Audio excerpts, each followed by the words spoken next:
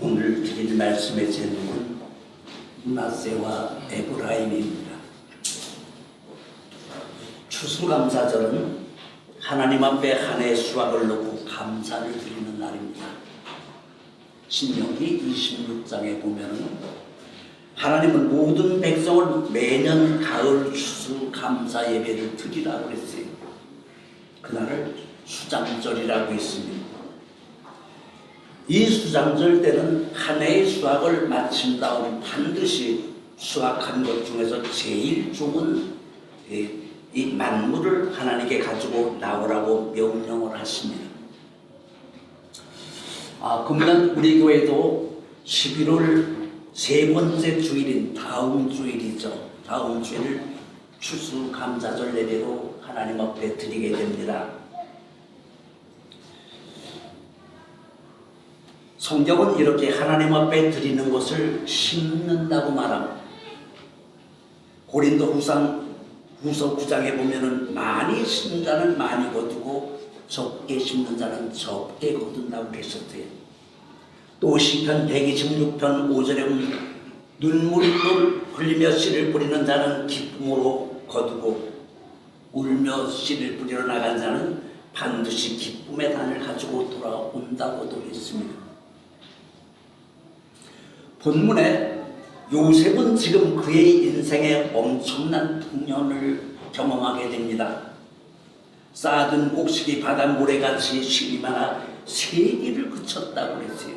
그러니까 애굽의 온 나라 창고마다 곡식 가마니를 쌓아두었는데 그 가마니 숫자를 셀 수가 없어서 포기를 했다는 것입니다. 요셉은 그 인생에 고생한 것, 그가 고생한 것을 소설책을 쓴다면 몇 권을 쓸 수가 있는 그런 분량의 책을 쓸 수가 있을 만큼 고생을 참 많이 했습니다. 그래서 인생은 고진간래라고 고생 끝에 낙이 온다는 말이 이 요셉에게는 딱 맞는 말이에요. 요셉의 인생에도 햇빛이 들기 시작했다는 것입니다. 41절에 보니까 바로 왕이 요셉에게 내가 너를 애굽 온 땅의 총리가 되게 한다. 총리 임명식을 합니다. 왕의 인장 반지를 갖다 요셉에 끼워줘요. 그 당시 왕이 낀 간지는 나라의 직인이에요. 직인. 요셉에게 세마포 옷을 입히고 금사슬을 목에 걸고 임금이 타는 버금 소리를 타고 온 시내를 지금 행진을 합니다. 모든 백성이 그 수레가 지나갈 때 엎드리라고 소리를 지릅니다. 지금 애굽 대제국에 사람을 죽이고 살리는 권세가 모든 권세가 요셉의 손가락 끝에 달려있다는 것입니다. 요셉은 꿈에도 생각해보지 못했던 출세, 그것도 한순간에 애굽 나라의 총리가 된 것이고 7년 동안 하나님께서 쏟아부어 주신 풍년으로 온 나라 창고가 쌓이고 더 쌓을 곳이 없도록 풍성한 그런 풍년이 계속해서 들고 있었던 것입니다. 그리고 그는 생각지도 못한 왕실의 대제사장의 딸과 결혼을 하게 됩니다.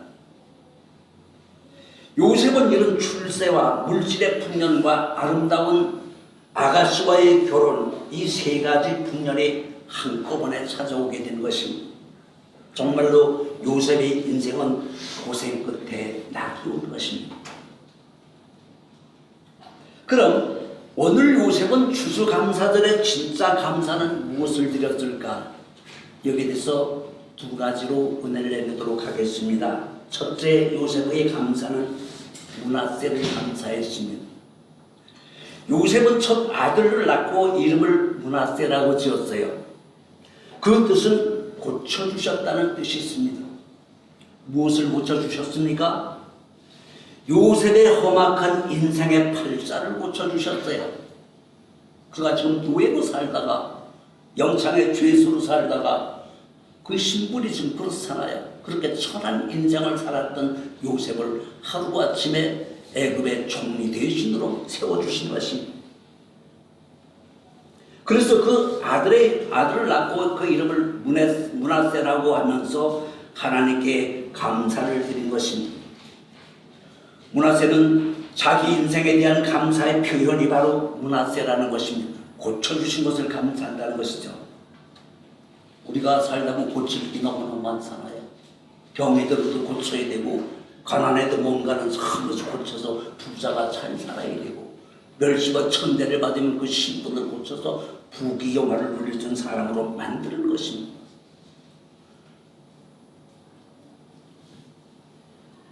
그 감사는 하나님이 나의 모든 과거의 쓰라린 고통을 잊어버리게끔 해주셨다는 것이죠.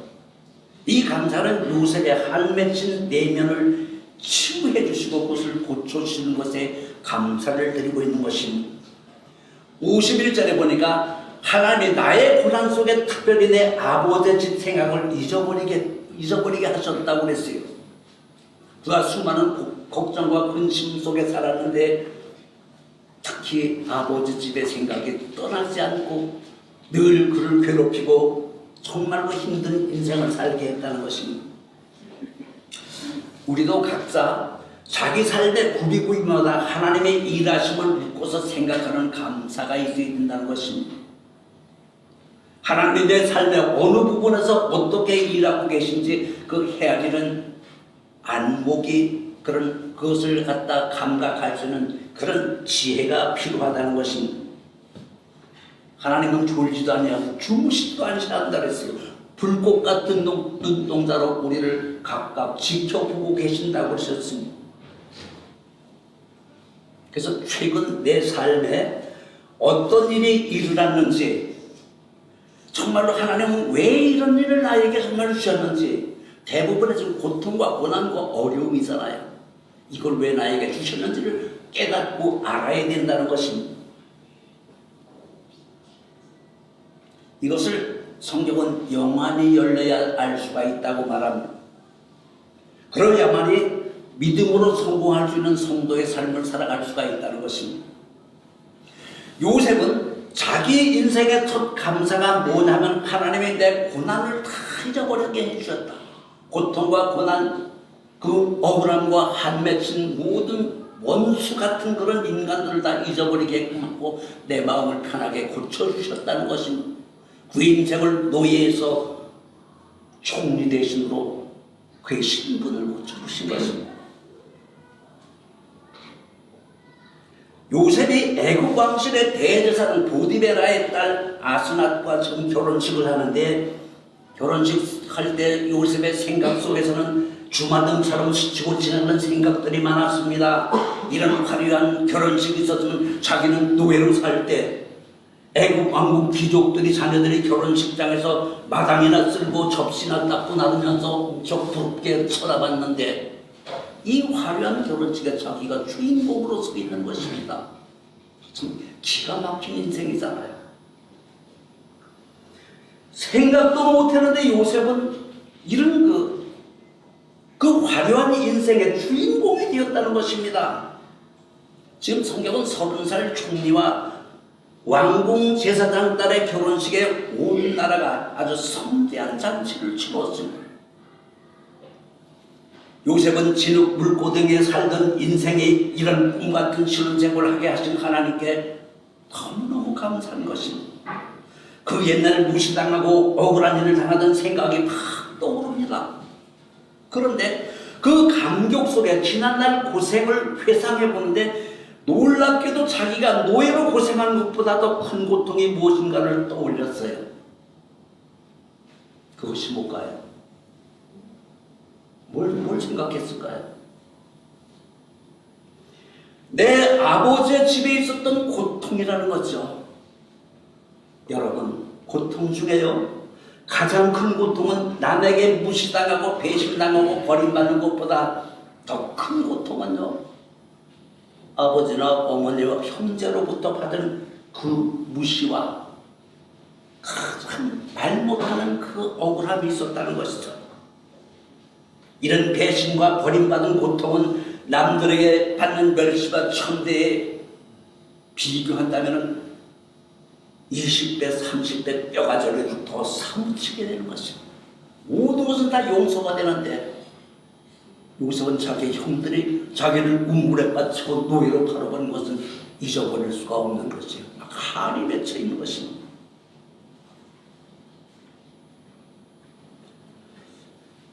요셉이 어린 시절 영문도 모르는 채 살기가 가득한 형들의 섬찟한 눈빛을 봤을 때 요셉은 이미 누구도 도움을 줄 수 없는 깊은 우물구덩이에 가서 옷도 벌거벗은 채 웅크리고 앉아 있었어야 됩니다.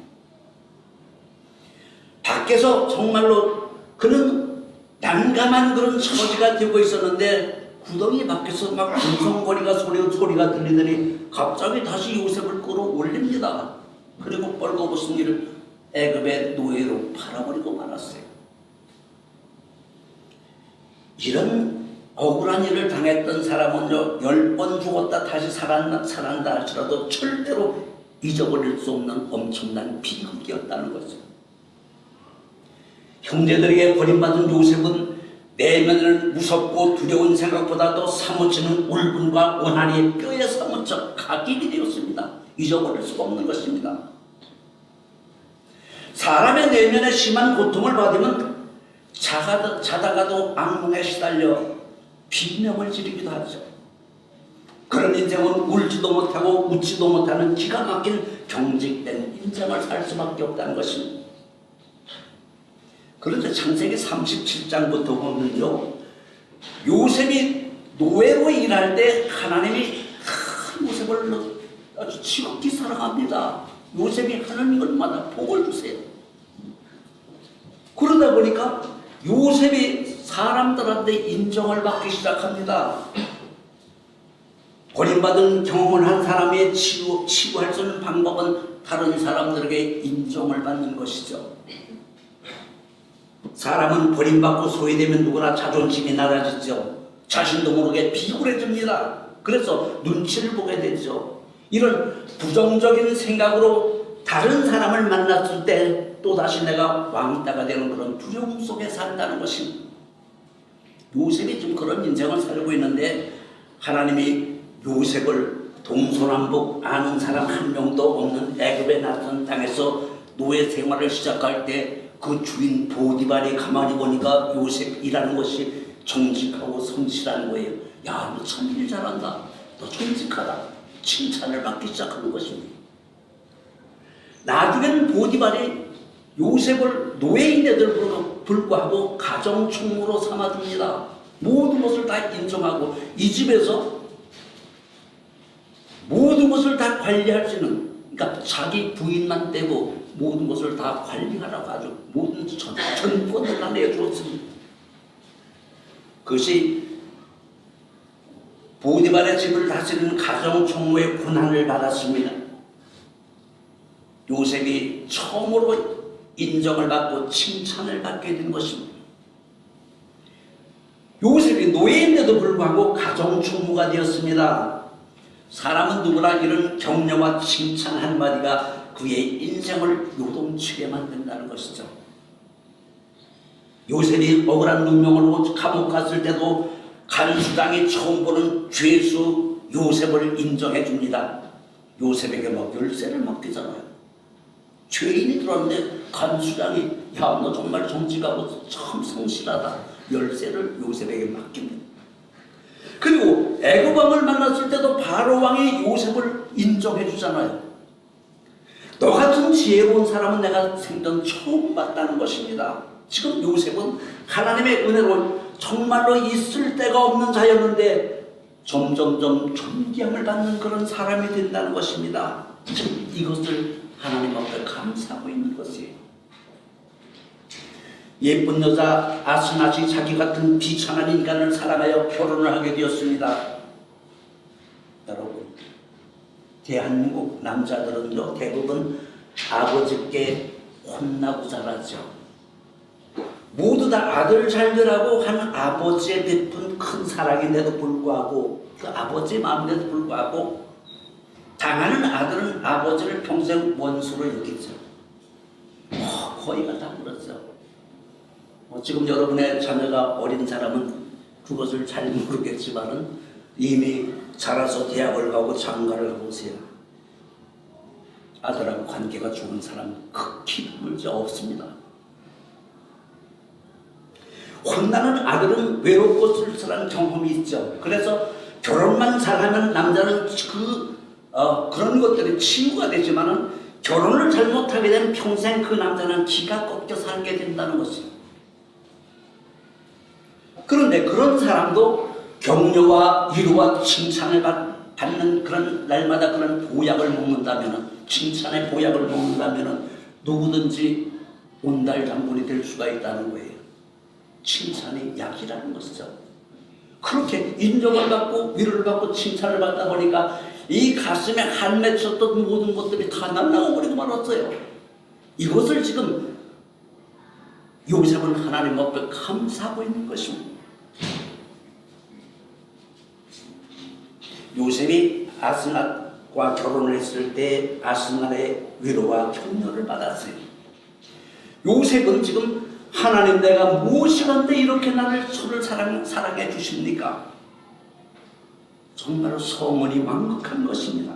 너무 황송해서 너무 감사해서 하나님께 드린 감사의 표현이 바로 요셉의 감사는 므낫세로 감사했다는 것입니다. 고침을 받았다. 하나님 나를 고쳐주셨다. 그 아들 이름을 므낫세 할 때 부를 때마다 하나님은 나의 모든 과거의 그 치열한 것을 고쳐주신 것을 감사하는 것이었다. 그 후부터 요셉은 자기 형들에게 버림받은 모든 아픔과 고통을 정리합니다. 생각도 안 나는 거예요. 애굽의 낯선 땅에서 자기를 인정하는 사람들로 인하여 이 모든 것들이 다 고쳐주고 치유가 됐다는 것입니다. 요셉의 모든 어두운 과거의 고통과 고난은 하나님께서 잊어버리게 해주신 것을 지금 감사하고 있는 것이 므낫세 감사입니다. 여러분, 하나님이 나에게 베푸신 일에 대한 감사가 크면 클수록 지난날에 내가 겪었던 그런 고통은 점점점 감소가 되게 되어 있는 것입니다. 요셉은 그래서 첫 아들의 이름을 므낫세라고 지었고 나의 모든 고통을 잊게 해준 하나님께 감사한 것입니다. 요셉은 하나님 앞에 특별한 감사는 자기 내면의 인생의 감사로 옛날에 이갈리고 몸소리쳤던 무시와 배신, 분노, 원한 이런 모든 것들을 하나님께서 깨끗하게 치유해 주셨다는 것입니다. 그리고 만나는 사람마다 인정을 받게끔 만들어 주셨어요. 이제는 왕이 준 금가락지를 따고 버금수레를 타고 지금 지방을 순찰하면서 그의 모든 백성들이 죽고 사는 권세가 이 요셉 자신에게 다 달려있는 거예요. 이렇게 해준 하나님 너무너무 감사해서 하나님 앞에 감사를 드린 것이 므낫세의 감사라는 것입니다. 자기 인생의 팔자를 고쳐준 하나님께 자기 인생을 감사하고 있는 것이 므낫세 감사인 것입니다. 두 번째 요셉의 감사는 에브라임의 감사예요. 하나님은 내 삶을 이만큼 풍성하게 해주셨다는 것에 대한 감사가 바로 에브라임입니다. 52절에 보니까 요셉은 둘째 아들 낳고 그 이름을 뭐라고 지었습니까? 에브라임이라고 지었어요. 뜻이 뭡니까? 번영을 하게끔 해줬다는 것입니다. 하나님이 나를 내게 수고한 땅에서 번성하게끔 만들어 주셨다는 것입니다. 이거 52절 말씀이 하나님이 내 삶을 풍성하게 번성해 주셨는데 요셉은 지금 하나님께 이만큼 번성해 준 것을 너무너무 감사하고 있는 것입니다. 여러분, 오늘 현재 우리의 모든 삶이 어떠한 상황과 어떠한 불리한 조건이 있다 해도 하나님이 오늘까지 우리 각자에게 베풀어 준 것은 하나님의 은혜의 선물이라는 것을 잊어버리지 말아야 됩니다. 늘 감사해야 되는 것입니다. 요셉은 첫 아들 이름을 므낫세로 부르면서 하나님이 내 내면의 모든 것을 치료해 준 것을 잊지 않고 감사했었더니 하나님은 둘째 아들을 주심으로 말미암아 그 이름을 에브라임이라고 졌어요. 하나님이 나에게 이렇게 번성하게끔 만들어줬다. 이것을 지금 둘째 아들 이름을 그렇게 부르면서 하나님 앞에 감사하는 것입니다. 지금 이 이야기는 뭐냐? 하나님, 나는 너무너무 행복합니다. 너무너무 감사합니다. 하나님 저를 이렇게 번성하고 번영하게 하신 것을 감사한다는 것입니다. 여러분, 하나님이 우리 모든 인생에 처음부터 주신 축복이 뭔가요? 창세기 1장 28절에 보면 생육하고 다스리고 번성하고 땅을 정복하라 그랬어요. 이게 우리 인간에게 준 축복이에요. 누구든지 우리는 생육하고 번성하고 땅을 정복할 수 있는 권리가 있다는 것입니다. 이것이 홍수 이후에 노아에게 다시 똑같은 말씀을 주십니다. 너희는 생육하고 번성하고 땅을 정복하라. 이게 우리에게 준 축복이에요.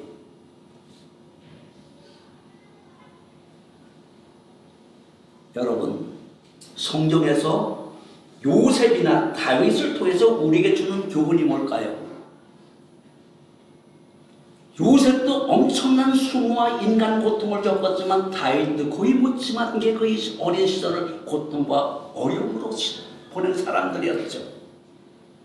하나님은 그들이 자기 삶의 아픈 과거를 하나님의 시각에서 바라보는 안목이 생길 때까지 고난과 고통을 계속 주었다는 것을 알아야 돼요. 그가 고통과 어려움을 겪다 보니까 나중에 깨달은 것이 뭐냐 하면은, 이게 하나님의 은혜였다는 것이죠. 이게 하나님의 은총이었다는 것을 깨달은 것입니다. 고통과 고난 속에 나를 왜 이렇게 미워하시고 나를 왜 이렇게 일이 안 되게끔 만들어주시고 가는 곳마다 나를 죽이려는 원수뿐이었고 나는 가난하고 병들고 무시당하고 원망과 불평을 할 수밖에 없는 그런 인생을 만들어주신 것을 그때 깨닫고 감사할 수 있는 능력이 있을 때까지 하나님은 우리에게 고난을 주신다는 것을. 하나님의 교육 방법은요, 고난과 고통을 통해서 참고 또 인내하는 것을 보고 계십니다. 요셉은 모든 자기 삶의 가슴 아픈 과거의 사건들을 하나님의 관점에서 해석하기 시작했습니다. 요셉은 둘째 아들 에브라임을 낳았습니다. 번성했습니까? 얼마쯤 큰 번성을 했느냐면 49절에 보니까 쌓아둔 곡식이 너무 파라파라에 모래같이 힘이 많아서 세기를 그쳤다는 것입니다. 그러니까 한이 없다는 것입니다. 오늘 우리도 이만큼 번성과 번영을 경험하려면 그 이전에 씨를 뿌려야 하는데 그 씨를 뿌리는 것 과정이 뭐냐면 내가 이해할 수 없는 정도로 수없는 배신과 억울함과 무시당함, 이런 분함과 원한의 고통과 아픔에 뼈에 사무치는 일들이 있어야 된다는 것입니다. 내 것을 내 것이라고 주장하지 못하는 그런 아픔이 있어야 된다는 것. 이런 것이 우리가 믿음으로 살려고 노력할 때 하나님이 주신 교육 방법이에요. 하나님의 교육 방법 궁핍이에요. 궁핍. 그 궁핍 속에 얼마쯤 참고 감사하고 견디는 걸 보고 계세요.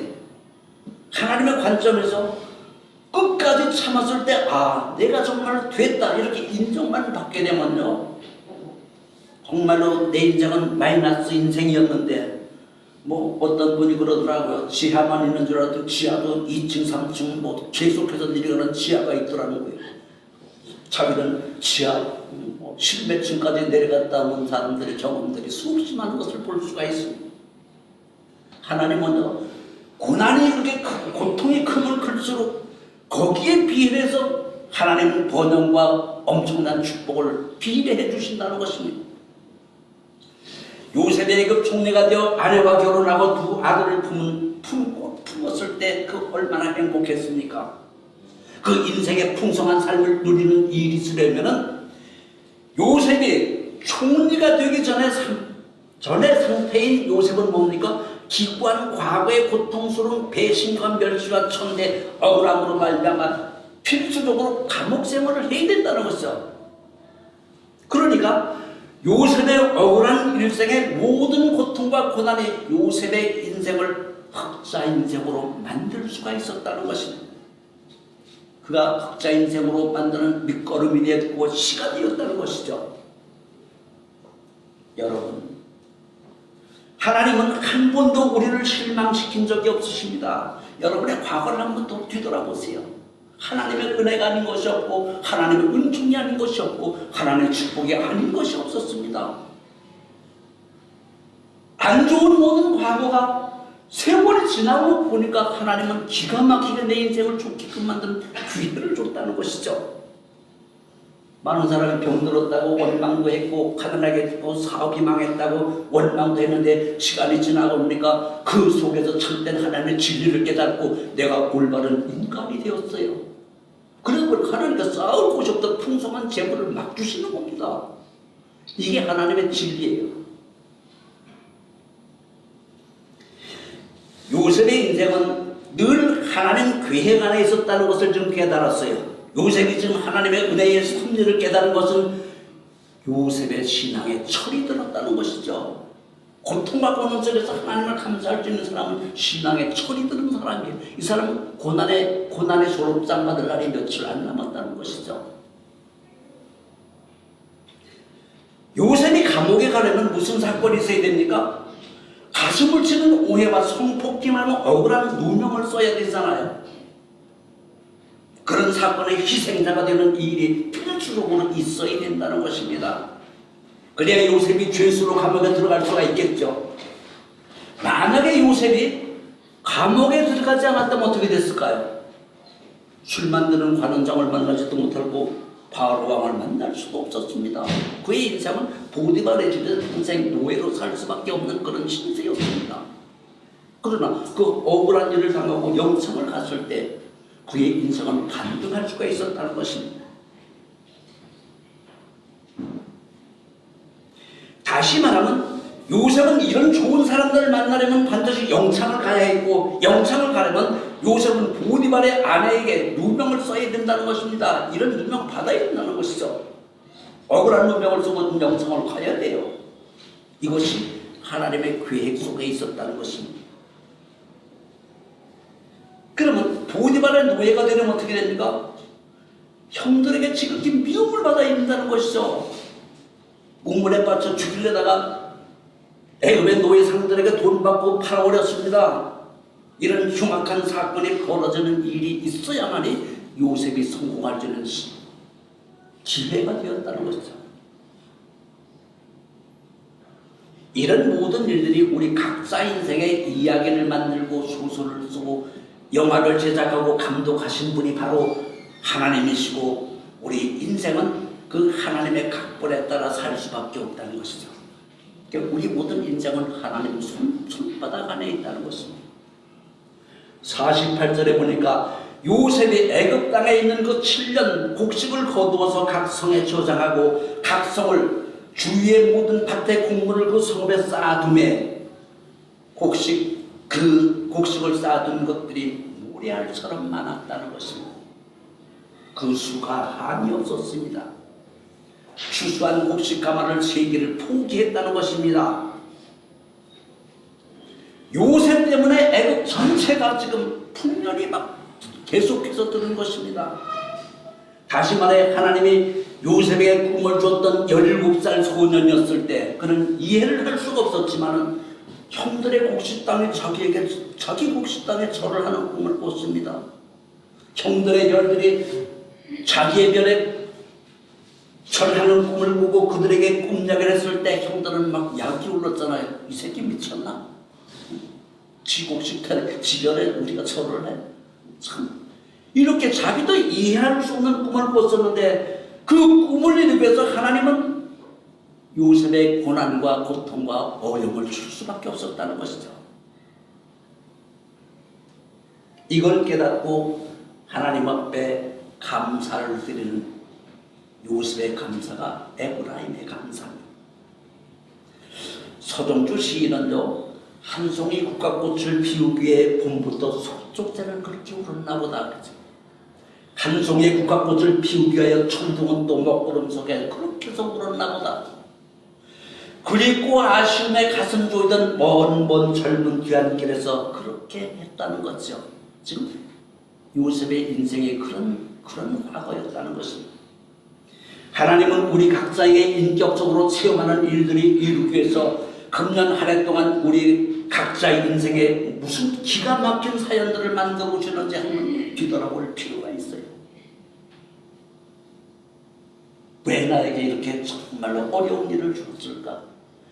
나는 왜 이렇게 병을 들게끔 만들었을까? 나는 왜 이렇게 정말로 사업이 망하게끔 만들었을까? 이 원인을 생각해 볼 때는 하나님은 나를 지극히 사랑한다는 것입니다. 앞으로 더 크게끔 만들어 줄 기회가 왔다는 것입니다.